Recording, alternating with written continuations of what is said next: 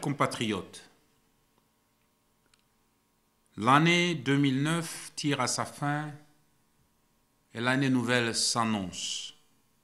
La tradition veut que ceux qui se sentent proches s'adressent mutuellement les vœux de bonheur, de succès et de prospérité. Nous en profitons pour invoquer le Très-Haut afin qu'il puisse nous bénir au seuil de cette nouvelle période, autant qu'il a permis que nous gardions le souffle de vie au cours de l'année qui s'achève. Nous lui en sommes reconnaissants. Pour le peuple congolais, 2009 a été pire que les années antérieures. Qu'il s'agisse des affrontements dans les provinces du Kivu, de l'insécurité dans les Ouélé, en Ituri ou à l'Équateur, de la présence des milices étrangères qui sèment la désolation sur leur passage sur notre territoire, il est aisé de conclure à l'absence manifeste de l'autorité de l'État. Celle-ci est une conséquence incontestable de l'incapacité des détenteurs du pouvoir en place à diriger ce pays.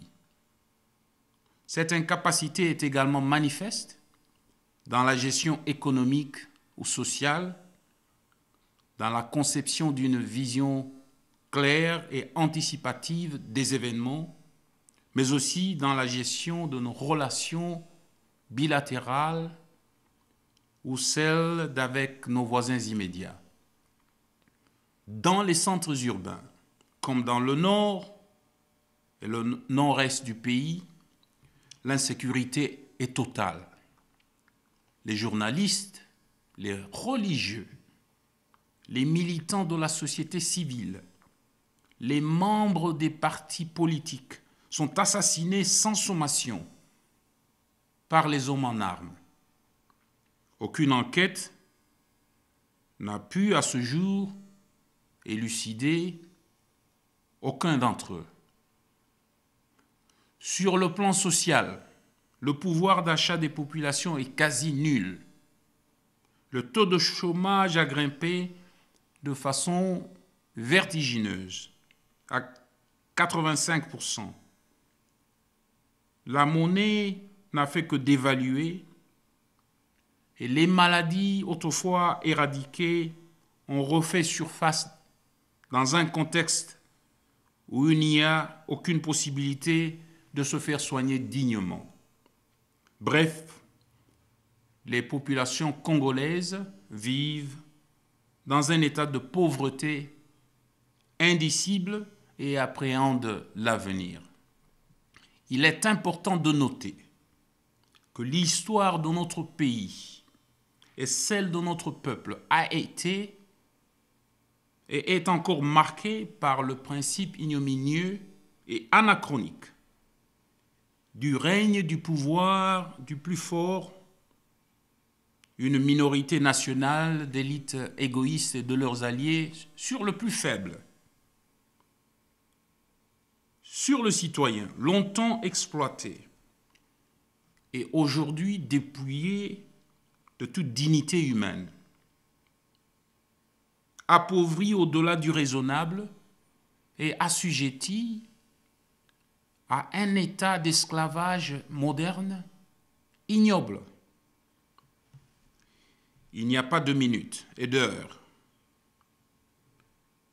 qui passent sans que ceux qui exploitent et meurtrissent notre vaillant peuple ne se regardent dans le miroir de la vie, n'interpellent leur conscience et reconnaissent le mal profond qu'ils ont infligé à cette nation. L'usurpation des droits des citoyens, véritable propriétaire de la République démocratique du Congo, par une clique d'exploitants au pouvoir, ne peut résister devant les tsunamis du changement politique et social en vue. L'exploitation grossière et inhumaine n'a pas de racines qui résistent aux tempêtes du changement voulu par un peuple déterminé. Et nous savons que le plus fort sera emporté par cette tumulte, le plus fort disparaîtra et laissera des traces de la honte à sa descendance lorsque l'histoire glorieuse de notre nation sera contée par nos enfants et leurs petits-enfants.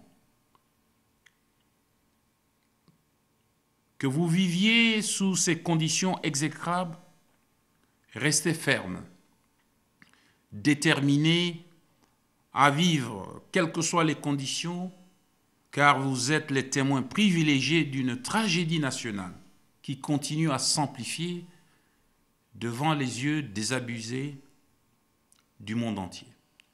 Tenez bon. Dieu et l'UREC sont de votre côté.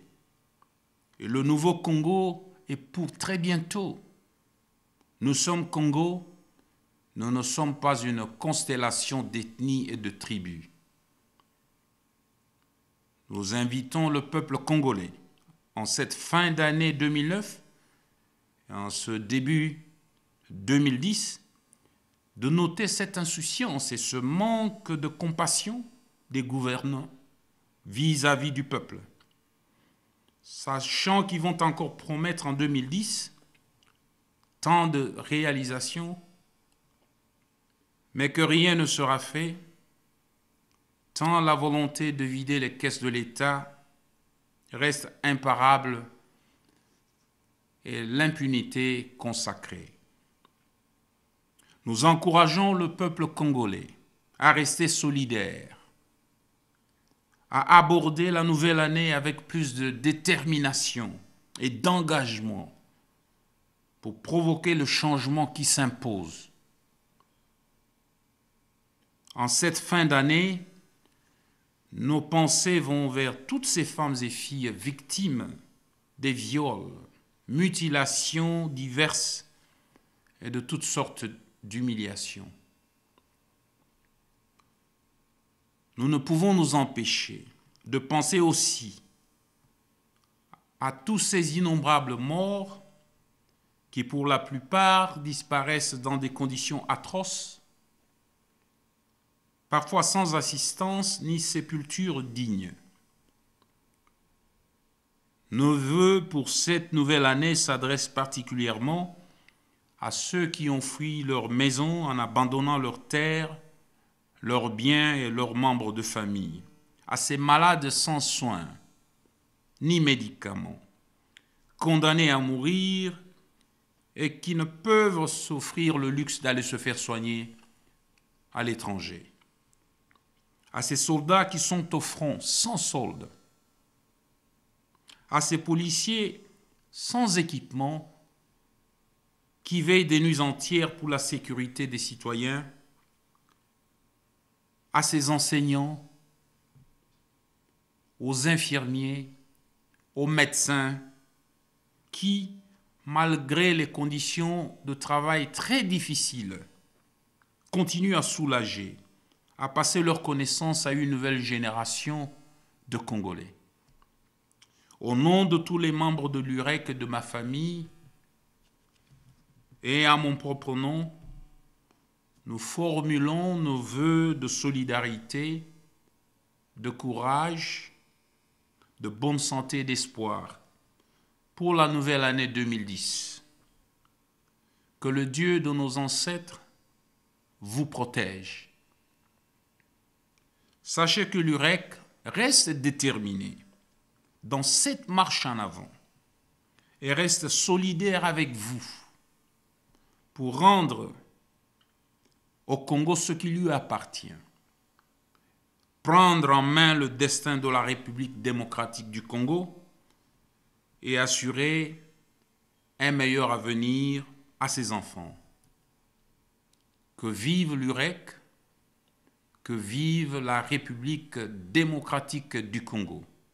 Je vous remercie.